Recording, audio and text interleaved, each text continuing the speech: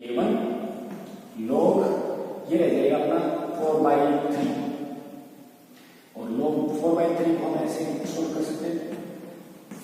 K1 log 4 minus log 3 log 4 की value 2.303 और K1 log 4 की वैल्यू log 4 रहे उसको हम ऐसे लिख सकते हैं ना log 2 की पावर 2 तो इसको हम सोल्व करें तो 2 log 2 हो जाता है यानी जो पावर होती है वो पहले आ जाती है मल्टीप्लाई में आ जाती है log 2 की वैल्यू हमें पता है कितनी है 0.3010 तो उसको 2 से मल्टीप्लाई करवाएंगे तो ये हो जाएगी 0.6020 माइनस log 3 की वैल्यू क्या आपको याद रखनी है log 3 इक्वल टू होता है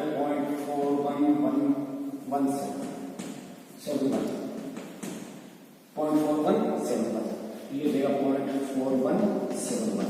अब इनको डिवाइड कर लो और इसके साथ मल्टीप्लाई करवा दो तो ये कौन सी वैल्यू आ जाएगी T1/4 की वैल्यू आ जाएगी यहां पर भी इनिशियल कंसंट्रेशन उसका टर्म्स नहीं है तो हम ये कह सकते हैं कि फर्स्ट ऑर्डर रिएक्शन है तो फर्स्ट ऑर्डर रिएक्शन का चाहे आप कोई सा भी टाइम निकालें चाहे 1/4 टाइम निकाले 1/3 टाइम निकाले यानी 20% वाला निकाले 30% 40% 50% 60% 70% 90% कोई सा भी टाइम निकाले ये इनिशियल कंसंट्रेशन के ऊपर डिपेंड नहीं करता उसकी वैल्यू है वो फिक्स होती है और इसका जो यूनिट है वो क्या होगा सेकंड में दिया है सेकंड निकाल देंगे मिनट दिया मिनट निकाल देंगे घंटे में दिया घंटे में निकाल देंगे डे में दिया डे में निकाल देंगे और ये शताब्दी में दिया तो शताब्दी में निकाल सकते हैं अब दूसरा निकाले अपन मान लीजिए ये निकाल दी मैंने 75% का देंगे तो इसको हम कर लेंगे 3/4 तो 75% किसमें कन्वर्ट हो रहा है प्रोडक्ट में कन्वर्ट हो रहा है यहां पर लिखेंगे 3A/4 इतना तो प्रोडक्ट में कन्वर्ट हो गया अब बचा कितना तो ये हो गया 3A - 3A/4 और ये हो जाएगा अपना A/4 इतना बचेगा तो इसको हम यहां पर सॉल्व करेंगे वही इक्वेशन है इसी इक्वेशन को हम काम में लेते हैं तो ये हो जाएगा अपना T75% equal to 2.303 upon K1 log A upon A minus x की क्या लिखते हैं A/4 तो ये हो जाएगा 2.303 अपॉन K1 log ए से कैंसिल हो जाएगा 4 ऊपर चला जाएगा ये log 4 हो जाएगा फिर क्या करेंगे 2.303 अपॉन K1 इसको हम कैसे लिख सकते हैं log 2 की पावर 2 तो ये हो जाएगा 2 log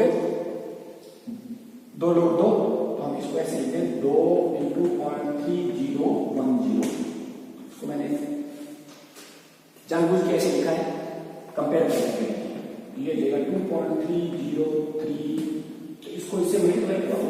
इसको मल्टीप्लाई करा दो ये वैल्यू आएगी 0.691 अपॉन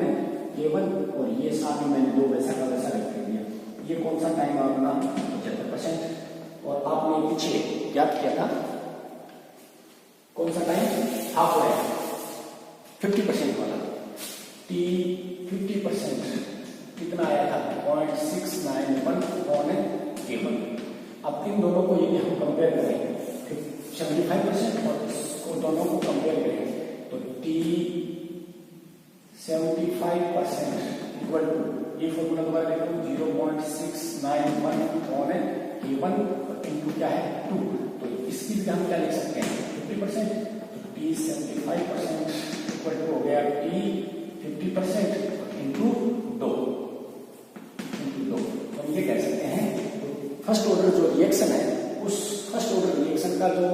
टाइम 75% वाला जो यानी इतना परसेंट जो स्पेंड होने वाली थी इतने परसेंट अभिक्रिया वो पूर्ण होने वाली थी उतने में जो समय लगता है वो उसके 50% पूर्ण होने में जो समय लगता है उसका 2 गुना होता है 2 times greater than of T50% तो ये था अपना कोई भी रिएक्शन है उसके लिए हाफ लाइफ ज्ञात करने का हम सेकंड ऑर्डर में फिर उसको देखेंगे कि किस तरह से ये हाफ लाइफ चेंज होती है आज के लिए बस इतना ही आई होप यू कि आपको ये समझ में आ गया होगा एक बार इसको फिर प्रैक्टिस कर लेना और इसके न्यूमेरिकल या तो इसके ऊपर आते हैं या फिर T50% पे आते हैं या फिर T14% पे आते हैं या सिंपल पूछ लेते हैं कि ये रिएक्शन है इसका इनिशियल कंसंट्रेशन ये है तो बताइए इसका हाफ लाइफ क्या होगा ये पहले हाफ लाइफ दिया होगा तो उसमें कोई चेंज नहीं होगा वही रहेगा तो इसके न्यूमेरिकल भी आते हैं, इंटीग्रल रेटिफिकेशन उसके ऊपर न्यूमेरिकल आते हैं, डिफरेंशियल रेटिफिकेशन उसके ऊपर भी न्यूमेरिकल आ जाते हैं, हाफ लाइफ पे न्यूमेरिकल आ जाते हैं, या ग्राफिकल रिप्रेजेंटेशन उसके ऊपर न्यूमेरिकल पूछ लेते हैं। तो ये सब न्यूमेरिकल है, वो अपने आप अपनी वो क्लास होमवर्क के रूप में एक बार सॉल्व करो। यदि सॉल्व नहीं होते मुझसे कॉन्टेक्ट करना, मैं इसको हल करवाऊंगा। जैसे ये चैप्टर कंप्लीट हो जाएगा हम इसके न्यूमेरिकल करेंगे। तब तक के लिए धन्यवाद। Okay, thank you.